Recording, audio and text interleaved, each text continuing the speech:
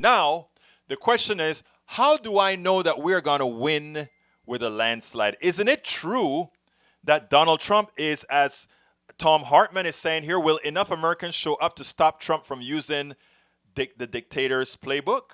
Tom Hartman, he should be on the show next week. It will. They're going to show up to vote.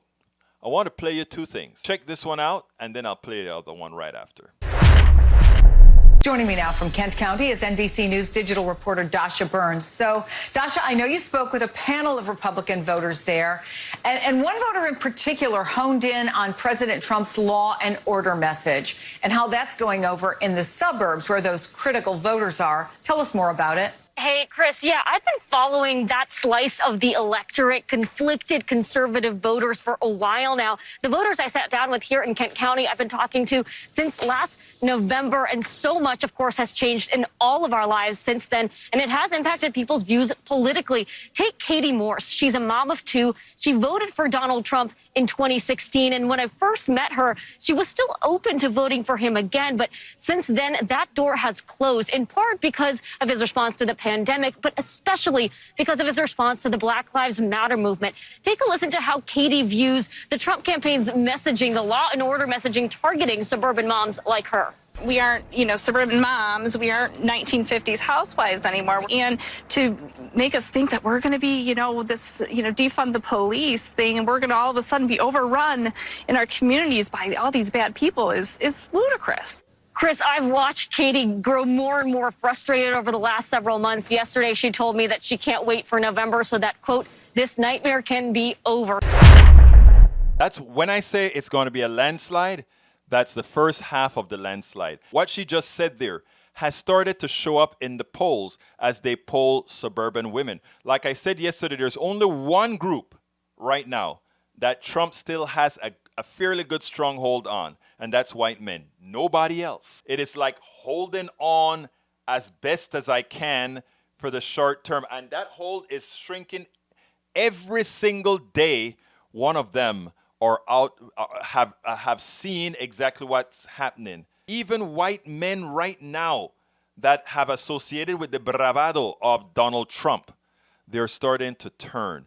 So as far as white men, I'm not talking to men in general now, as far as white men, it is not inconceivable that by November, no matter what Trump tries, that flip based on the current economy and the current state of the coronavirus. But, so that is the first half. But the statement from this woman here and the resolve with which she says it, a random person at a voting location, people are really feeling the urgency. People are really feeling that it is existential. Looking ahead to November, do you have concerns that you'll have the same type of wait? It won't matter.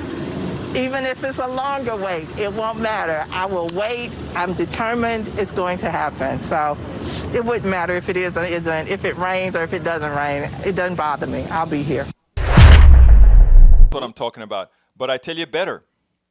A friend of the family, his son came over here, and I have to put his interview together. He did an interview with me. Just came, I'm doing interviews with young people that I want to put out there. And this young man spent some time here at the house. We interviewed, etc. And I asked him, hey, with all the people that you hang around at work or all of that, your age, I know you guys usually don't vote. He looked at me and he kind of looked at me at attention. And he said, not this time. The in thing for this election is to vote. So my next question to him is, are your peers feeling like that as well? And he said, yes. He said, the thing people said, if you don't vote, I don't know. I think the polls are shell-shocked. The pollsters are trying to put all the barriers that they can because of what occurred past. I think what we're looking at right now is that we are activating people. I was looking at on Facebook, and some of my friends here in Kingwood, they are out there in the field with masks on, and they're going to these apartment complexes, and they're going to all these places where nobody touches and talking to people. And I'm looking at Facebook, and I'm like, this is what I'm talking about.